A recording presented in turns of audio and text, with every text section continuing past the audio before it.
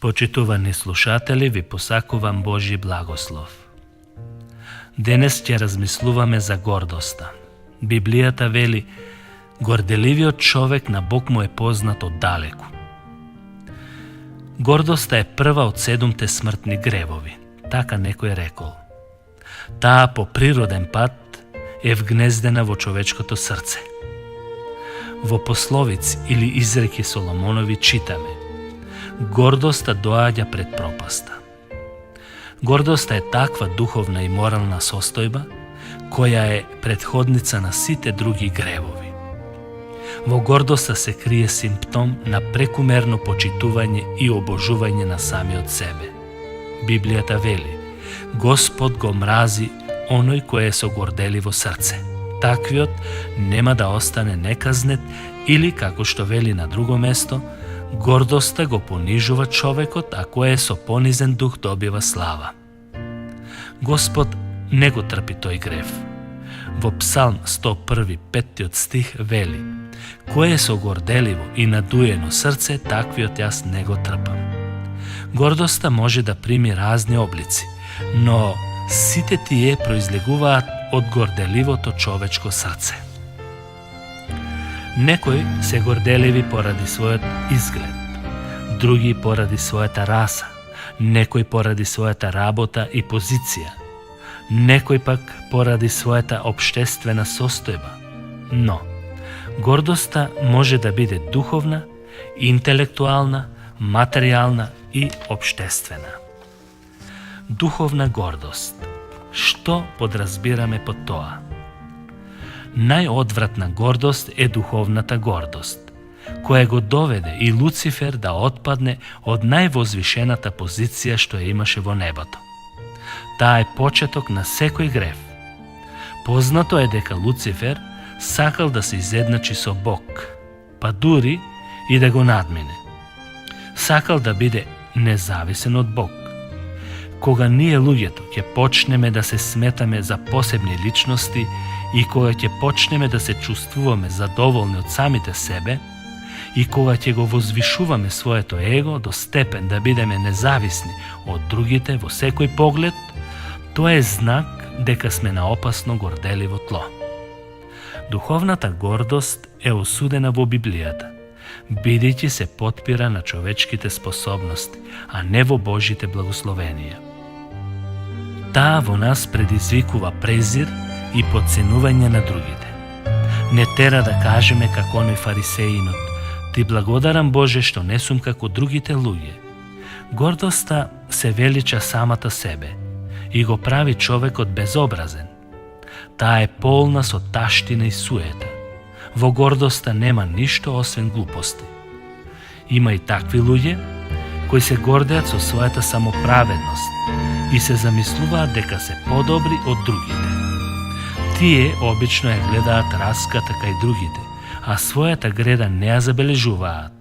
Спремни се да ги озборуваат и критикуваат луѓето, а не се во состојба да ги препознаат своите недостатоци.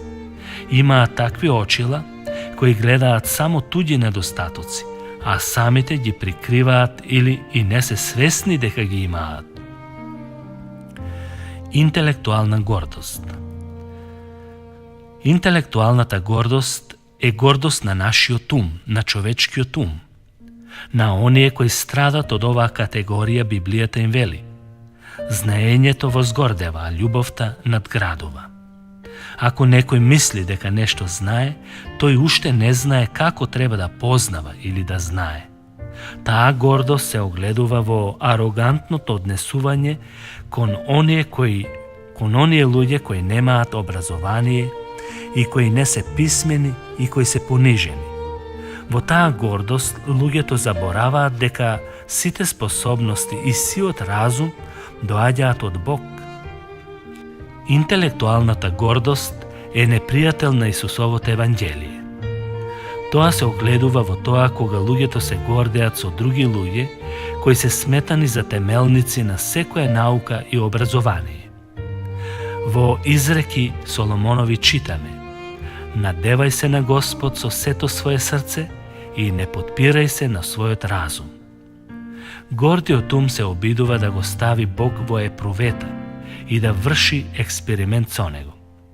Штом не може да го докажат Бог по пат на својот ум, тие и не го признаваат. Тоа се луѓе кои не веруваат ако не им се објасни секоја работа до детал или ако не им се докаже секој настан на начин како што тие сакаат да го разберат.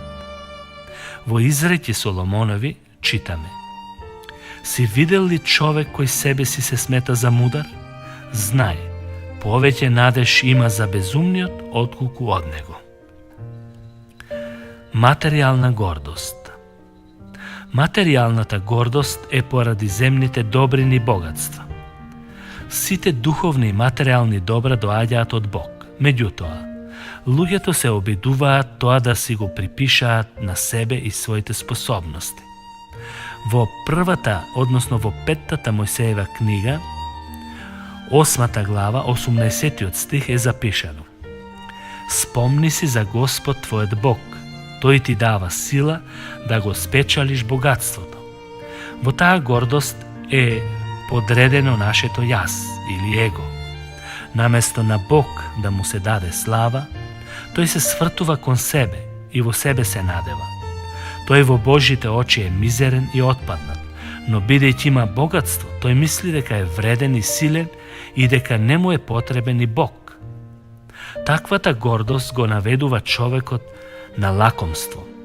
Страста кон парите или паролюбието може да биде поголема страст отколку кон наркотици. Само што наркотикот го оштетува мозокот и човекот умира пред време, а лакомството има поголема трајност и на крајот и тоа го носи човекот во смрт. Затоа Библијата вели: а сите кои ламтат за збогатување паѓаат во искушение, во стапица и во многу неразумни и погубни страсти, што ги потопуваат луѓето во смрт и пропаст, зашто алчноста за пари е корен на секоја зла појава, зашто некои, откако тргнаа по тоа, ја напуштија верата и се прободоа себе си со многу болки. Не заборавај дека се што досега си примил во животот, тоа ти е од Бог дарувано и ништо не е твое. Бог ти дал сила да работиш, разум да мислиш, нозе да одиш, раце да креираш и така натаму. Било кој вид на гордост, таа е камен за сопнување на патот кон Божјото царство.